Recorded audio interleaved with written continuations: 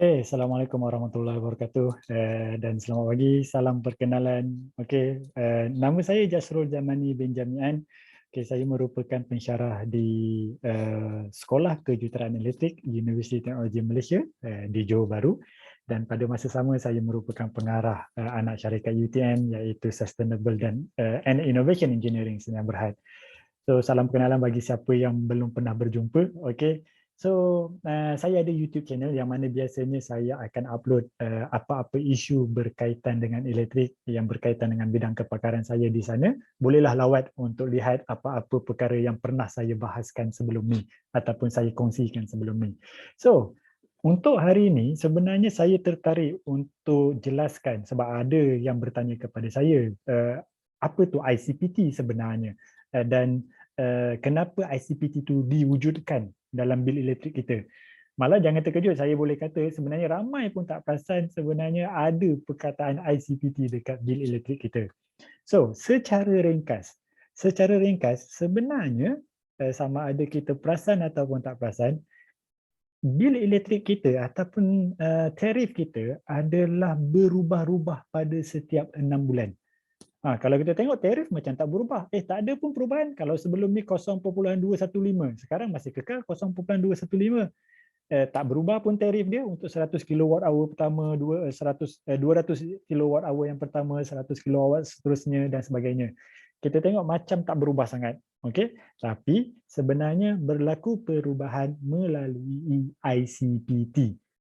So, dengan kata lain, tarif kita tu ataupun bil elektrik kita tu diapungkan menggunakan ICPT. Okey, jom kita bincangkan apa tu ICPT dan kenapa perlu ada apungan tersebut. Okey. So, sebelum kita pergi ICPT kan, mungkin saya nak terangkan, mungkin bagi siapa yang tak ada background elektrik, macam mana sebenarnya kita dapat elektrik di rumah-rumah. Okay, sebenarnya konsep kita dapat elektrik di rumah sama je macam mana kita tengok pasar malam dapat elektrik. So biasa kalau kita pergi pasar malam, kita akan dengar bunyi genset kan, bunyi bising bungut, okay, untuk hasilkan elektrik. So ini contoh penjana genset yang digunakan untuk menyalakan lampu. Okay, so di Malaysia kita ada penjana macam ni juga, tapi pada skala yang sangat besar dan mereka bersambung antara satu sama lain yang kita panggil sebagai transmission line. Kita panggil sebagai sistem penghantaran transmission line. Okay, so saya tak ingat dia punya bahasa Melayu apa. So ini contoh power plant, okay, generator yang ada di bahagian Semenanjung. So yang kuning-kuning ni, ni semua power plant yang ada dan mereka bersambung melalui grid dan digunakan untuk menghantar tenaga elektrik pada keseluruhan Semenanjung. Dan saiz dia tak adalah kecil macam tadi kan. Yang ni kita tengok Cinonet kecil kita boleh angkat. Okey, yang kuning-kuning ni saiz dia besar-besar macam nilah. So boleh bayangkanlah sebenarnya orang dia kecil je dekat sini. So ini adalah saiz generator, okey, ataupun penjana elektrik yang digunakan di kebanyakan power plant, dan ini adalah contoh power plant yang menggunakan arang batu. So dengan kata lain, mereka akan semua penjana ni akan menghasilkan elektrik dan mereka bersambung melalui sistem grid untuk menghantar tenaga elektrik kepada kita. So, macam mana pula penjana ni menghasilkan elektrik? Okey, kalau macam pasar malam ni dia pakai petrol untuk hasilkan elektrik. Satu malam mungkin mereka pakai RM5 untuk 3-4 jam untuk nyalakan lampu. Stesen penjana elektrik kita ni pula menggunakan dua bahan api yang utama. Contoh dalam gambar ni, hitam-hitam ni sebenarnya arang batu. So, kalau kita pergi kepada IEA data, okay, boleh Google IEA, kita boleh tengok negara-negara satu dunia macam mana mereka menghasilkan elektrik. Dan untuk Malaysia, ini adalah data dari tahun 1990 sehingga 2019. IEA data dia memang lag sikit. Okay, kalau sekarang tahun 2022 dia ada data sampai 2019. Nanti 2023 baru dia keluar tahun data 2020 sebab mereka collect data untuk come out dengan statistik. So kalau kita tengok sekarang ni di Malaysia, okay, elektrik kita dihasilkan menggunakan natural gas ataupun gas asli dan juga arang batu. arang batu dan juga gas asli merupakan sumber utama dalam penghasilan elektrik di Malaysia dan diikuti dengan hidro. Okey. So hidro ni clear lah sebab kita boleh panggil dia sebagai tenaga boleh baharu, dia menggunakan air dan sebagainya. Yang ni dia sebenarnya melibatkan kos, tapi kos maintenance dan sebagainya.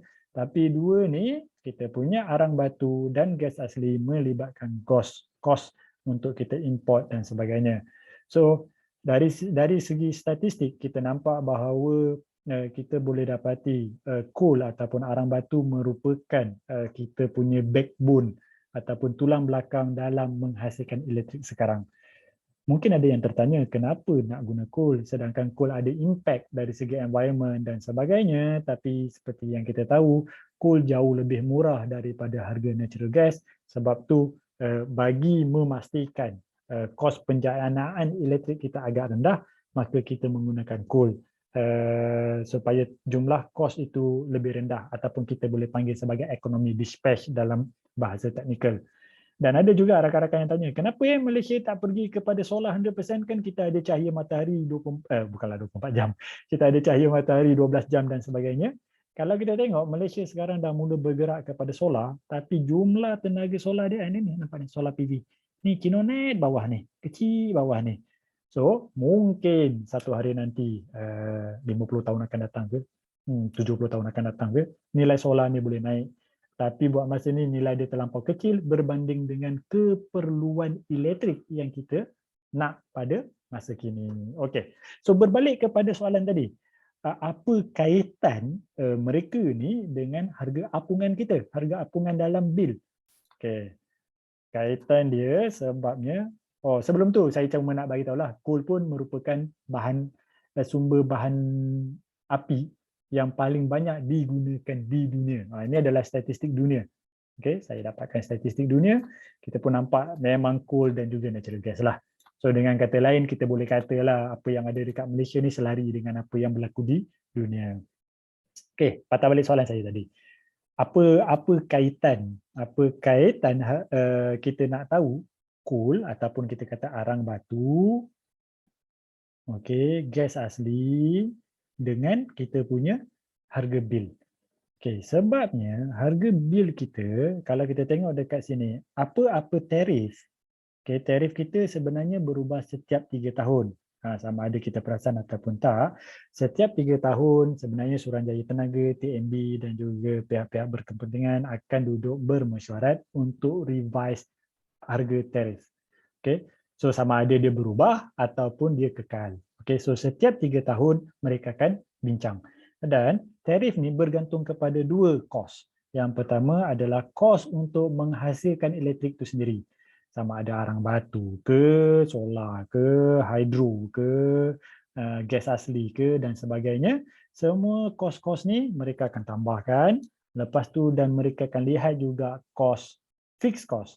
Yang ni operation cost. So, untuk Malaysia, TNB, sebenarnya jumlah kos elektrik 65% datang daripada kos yang ni, 35% datang daripada kos operation, maintenance, keuntungan dan sebagainya.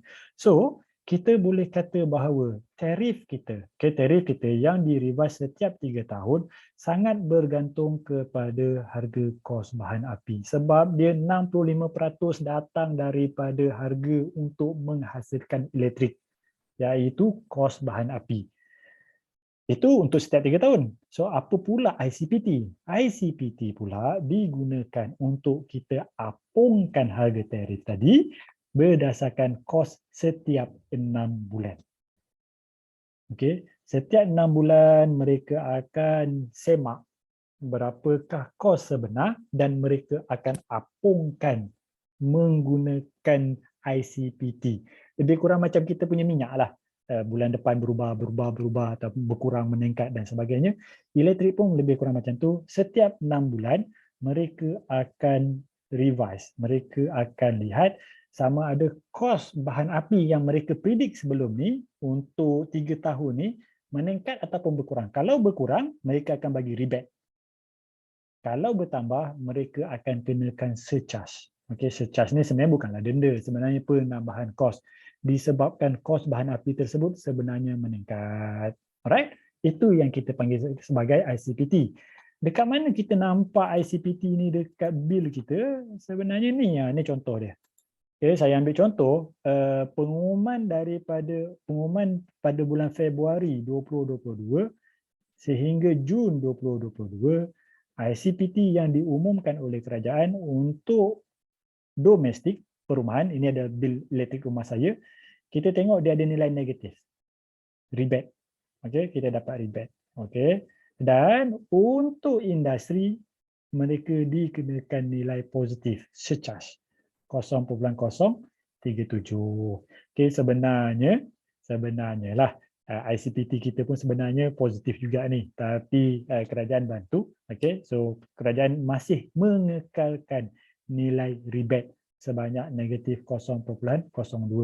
So kalau kita tengok dekat sini kan, macam saya beritahu tadi, sebenarnya rebate ni dia akan mengurangkan. Maksudnya kita akan perasan tarif kita, jumlah bil elektrik kita akan berkurang sebab, tengok ini penggunaan tenaga saya, penggunaan tenaga elektrik, jumlah dalam kilowatt hour, harga sebenar elektrik saya sebenarnya 169.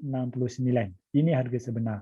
Tapi disebabkan saya dapat ICPT ini negatif, maka kita akan dapat diskaun RM9.58 dan harga yang perlu dibayar cumalah RM159.78.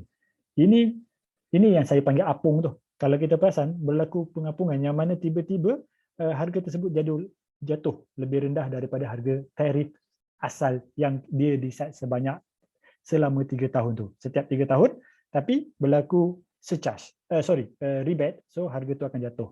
Sebaliknya, kalau kita tengok dekat industri, harga asal dia, tarif jumlah penggunaan 970 kW, daripada 970 kW ni, harga tarif dia sebenar adalah RM478.93, tapi berlaku ICPT apungan sebanyak RM35.89. So, yang ni abaikan dulu. Okey, abaikan dulu, ni power factor adalah kes yang lain. So jumlah yang dia kena bayar sebenarnya dua-dua ni. Okey, itu adalah jumlah yang dia kena bayar. So, kita boleh nampak dekat sini. ICPT boleh meningkatkan atau boleh mengurangkan kos elektrik. Okey, ataupun bil elektrik kita. Dan sebab tu kita boleh nampak ICPT ni dia akan nilai berdasarkan setiap 6 bulan. So sepanjang 3 tahun, nilai ICPT boleh berubah sebanyak 6 kali. Okay, sebanyak 6 kali. Sebab setiap 6 bulan mereka revise. Dan 6 bulan yang mereka revise adalah revise berdasarkan data 6 bulan sebelum. Okay, macam saya beritahu tadi kan, pengumuman yang kerajaan buat daripada Februari 2022 sehingga Jun 2022 sebenarnya menggunakan data daripada daripada Julai 2022, Julai 2021 hingga Disember 2021. Okey, kalau kita tengok dekat sini kan, contoh harga arang batu daripada Julai sampai Disember, lebih kurang sini, pun kita dah nampak sebenarnya ada sedikit apungan. Okey, ataupun kita nampaklah ada kos bahan api yang agak mahal pada area ini. So mereka menentukan daripada data ni, mereka tentukan dan datanglah ICPT surcharge yang dikenakan oleh industri. Dan kenapa perkongsian saya hari ini menjurus kepada kita pengguna ataupun kita kata residential lah. Sebabnya yang merisaukan saya, selepas Jun 2022 kita akan dapat pengumuman ICPT bagi Julai 2022 sehingga Disember 2022. Dan kedua-dua ni, tempoh 6 bulan ni akan menggunakan data Januari 2022 sehingga Jun 2022. Dan yang kita dapati starting daripada 2022, kita boleh nampak berlakunya spike yang sangat tinggi dari segi harga coal, harga arang batu. Ini harga sehingga harga hari ini, 326 ni. So, kalau kita tengok harga arang batu dekat sini, spike meningkat sangat tinggi berbanding dengan 10 tahun lepas. Ini data 10 tahun lepas ni. So dijangkakan, dijangkakan nilai ICPT yang sangat tinggi, nilai KUL yang sangat tinggi ni dia akan memberi kesan kepada nilai ICPT kita pada Jun nanti. Pada Jun nanti. So kita perlu bersiap sedia bahawa berkemungkinan kita akan dikenakan ICPT sama ada kosong ataupun nilai positif bermula Jun sehingga Disember. Kenapa saya kata kosong? Sebab kalau kita tengok daripada historical data lah, ini adalah historical data, kita dapatilah untuk domestik kawasan perumahan, data menunjukkan kita sentiasa dapat rebate, tapi kita pernah dapat kosong. Itu tak ada rebate. Tak ada rebate maksudnya ICPT kita nilai kosong. So kita akan dapati sebenarnya jumlah bil kita akan meningkat sedikit. Dan sampai sekarang kita masih dapat rebate lagi. Ini starting daripada COVID dan sebagainya, kita masih dapat rebate. Dan kita tak tahu apa yang akan berlaku pada Julai 2022. Kalau kita masih dapat rebate, bermaksud kerajaan perlu menampung ataupun perlu mencari kaedah bagi menampung peningkatan harga bahan api KUL yang sangat tinggi ini. Sebaliknya kalau kita tengok dekat bahagian industri, mereka pernah dapat rebate, pernah dikenakan surcharge, pernah dapat rebate dan sekarang dikenakan surcharge. So dengan kata lain, tak adalah ICPT ini sentiasa surcharge. Dia bukanlah sentiasa positif. Dia pernah positif, dia pernah negatif, bergantung kepada kos bahan api. So diharap penjelasan video ringkas ni dapat memberi sedikit gambaran kepada rakan-rakan di luar bahawa kita kena maklum bahawa bukan sahaja minyak yang berubah-ubah tiap-tiap bulan dan sebagainya, sebenarnya bil elektrik kita turut berubah pada setiap bulan, setiap 6 bulan bergantung kepada nilai kos bahan api dan ianya akan ditentukan melalui ICPT. So sekiranya berlakulah peningkatan ICPT Jun hingga Disember, maka kita perlulah berjimat cermat supaya jumlah kos bil elektrik kita akan menurun. So itu sahaja perkongsian saya hari ini. InsyaAllah akan datang saya akan kongsi pula macam mana solar PV boleh bantu untuk mengurangkan ataupun mengelakkan nilai ICPT ini. Jumpa lagi insyaAllah pada masa akan datang. Saya rasa itu sahaja daripada saya. Sekiranya ada apa-apa soalan boleh kontak saya, boleh hubungi saya untuk kita berbincang lanjut. Assalamualaikum warahmatullahi wabarakatuh. Salam Ramadan.